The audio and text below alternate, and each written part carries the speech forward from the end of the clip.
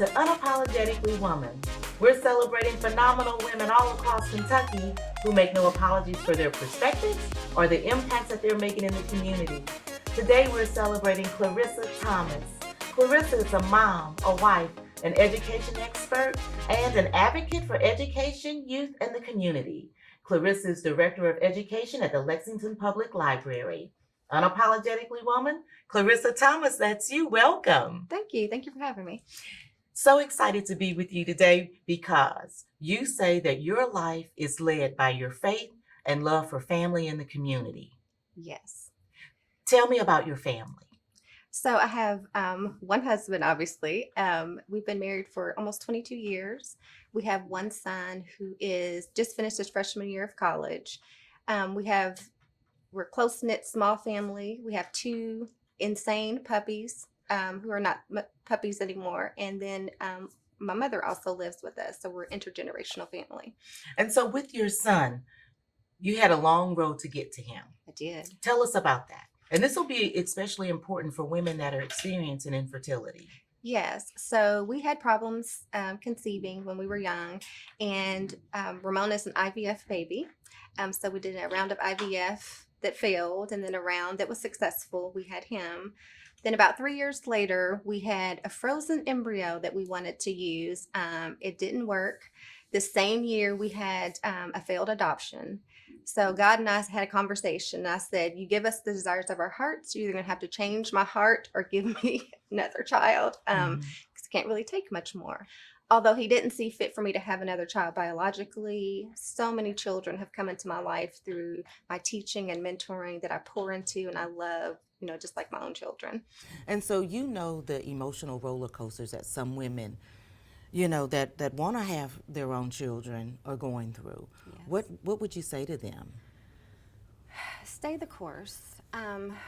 It's hard to understand because you see people that don't really want children, that have children and in different situations. But God does know. He sees fit. He knows what you need. And looking back, that was his plan. It was different from my plan, and that's hard to stomach sometimes when you're in it. But just stay the course and know you do what you can. Well, and because you did what you could and God answered your prayers, you have an apple of your eye. Yes, I do. So Ramon just finished his first year at Transylvania University. He did, yes. So he's away at college, but not really. He lives on campus to get that full college experience, but he's home quite often for home-cooked meals and laundry. So. Well, good. Now, with your family, too, your dad played a big role in you going into education. He did. My father was an educator. His first position was in 1971, if you can imagine. He poured all that he could into his students. He loved science, he loved teaching, he loved sports. Fun for us was he'd bring home a squid or something from the biology lab and we'd dissect it in the backyard. And now looking back as an adult, I was like, oh, he was lesson planning. He was playing with us, but he was going through his lesson and what he would do with his students. We would go to Audubon Park and look at the trees, so now I can know how to identify trees and bird calls. And so it was just a really great way to grow up, and it sparked a lifelong curiosity. And it took you straight to the field of education. Yes. In your time, you have taught middle school. Mm-hmm. Tell us about that. People think that, what are you talking about? But that was my favorite age to teach, is middle school. They're old enough, because I taught literature, to have real conversations and kind of think about the world a little bit more deeply. They want to be grown on one end, but then they still want your approval. So you can really forge those connections at that age, and that's my favorite age to teach. How long did you teach middle school? Because I think I would have just spazzed out somewhere. I taught middle school for about 3 years. Yep. What was your favorite thing? Just the connections, like I said, and they're able to have conversations about, I love little ones too, but they're able to have conversations and reason a little bit more. The hormones take over sometime, but you kind of love them through it. If they see that you're consistent and you're genuine, they will do anything for you. See, that's great. Mm-hmm. So tell me also about the work that you did with language-based learning differences. What does that mean, and how did you do this working from home? Well, I didn't work from home. I worked at the Lexington School in their learning center, and language-based learning differences. A lot of people hear about dyslexia. So dyslexia is one type of language-based learning difference, and we used a curriculum called Orton-Gillum that is very structured, very consistent, and it helps students learn more reading and writing type skills, but also I used it in my math. It was very tactile, very hands-on experience in a small classroom setting. So how would somebody know if their child had dyslexia or any other learning difference? Well, there are markers, as you know, for normal developmental milestones, and so if you see something that your child is not doing at a certain age, then you should consult your doctor, and then educational testing is always an option. And so it's not, because usually, well, back in the day, I don't want to say usually, but back in the day when you would hear the word dyslexia, you would think that the child had no chance of being successful, and that's not true. Not true at all, no. Especially all that we know of how the brain works, all the research in the last, 10 years, that is definitely not the case. So tell me, what do you do at the Lexington Public Library? What does that look like for you? In a nutshell, I get to say yes and to great ideas every day. So I oversee all of the educational workforce development programming. I develop a lot of it, but I have a team who works in the education department. We're a new department, so that's what I do. And so how has that changed? Because COVID has changed everything, right? What kind of changes have you guys had to make because of COVID, good or bad? We did a really great job during the pandemic when we were shut down of getting kits, storytime kits, and all kinds of learning tools out to child care centers and Fayette County Public School, their at night program. We did some things with them. So that was a pivot, but it was very successful. We gave out maybe 1,000 storytime kits just over that one summer. We are going into wanting to position ourselves to be a partner in helping with the learning loss or learning interruption due to COVID. So we have a barrier-free program this summer that is going to be 5 weeks, STEAM-related, for young girls who are interested in STEAM.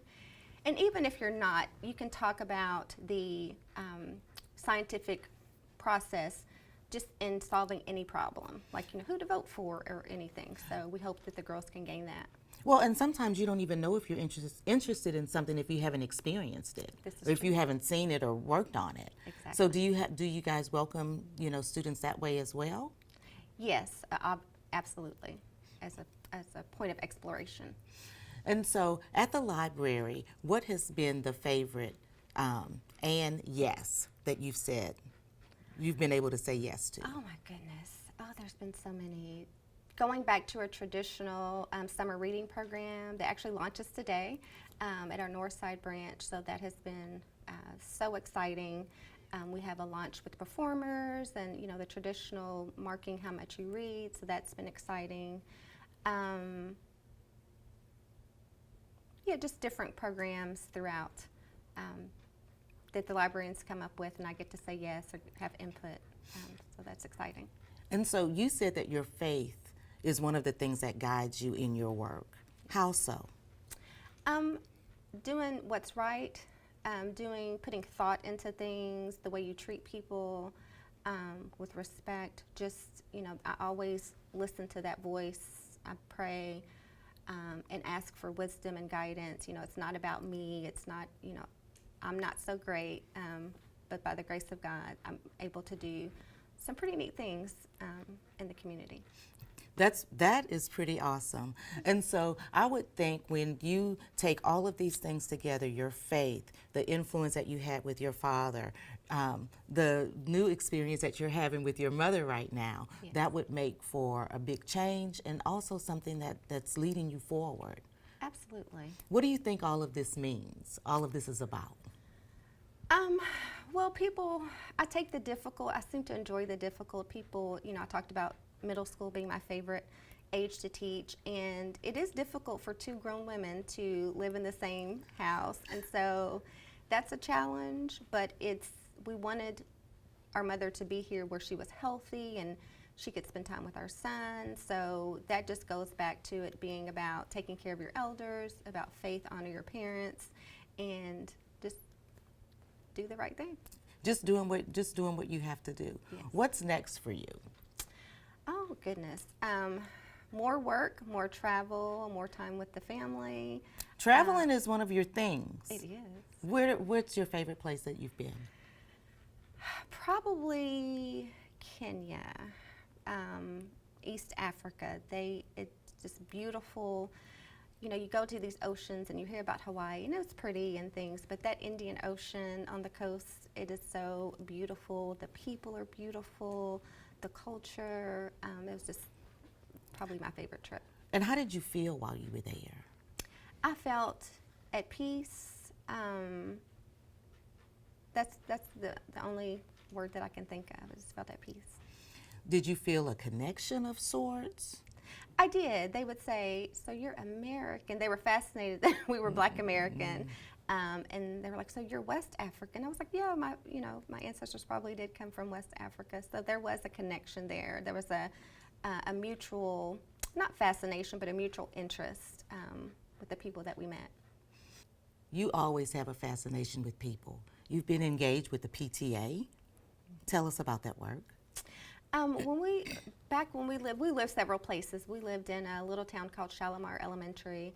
My son was a new kindergartner, and I was a stay-at-home mom at the time, and even if I weren't, I feel like when you're a part of a community, you give to that community, you give what you can. So I was kind of dumped into the Ways and Mean or fundraising position, and everybody needs money. Yes, and we did quite well. We did quite well that year, and I got the bug for being where I'm needed and just jumping in and doing the work.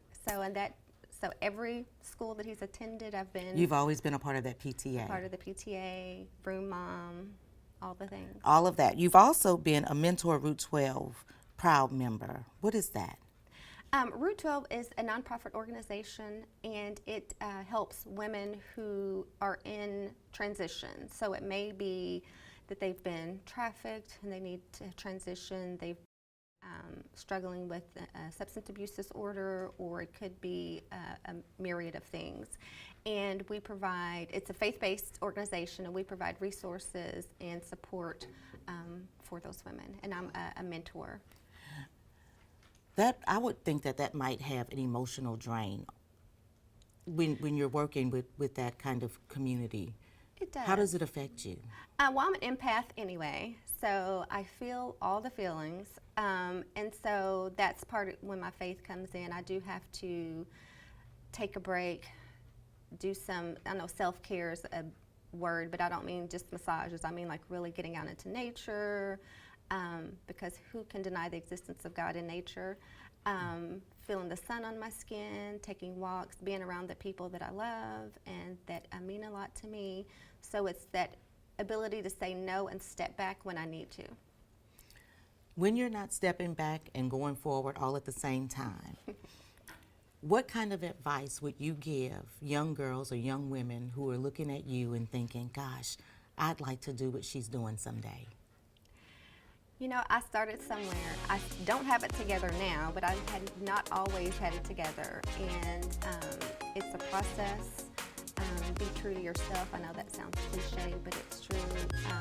Find someone that is important to you that you can trust, and talk about the things that are bothering you. Talk about the things that you need to talk about. Any trusted adult, group of friends, and move forward. Thank you so much for joining us today. Thank you. I'm so glad to be here. Continue to watch as we celebrate other phenomenal women just like Clarissa Thomas who are making waves in the community. I'll talk to you soon.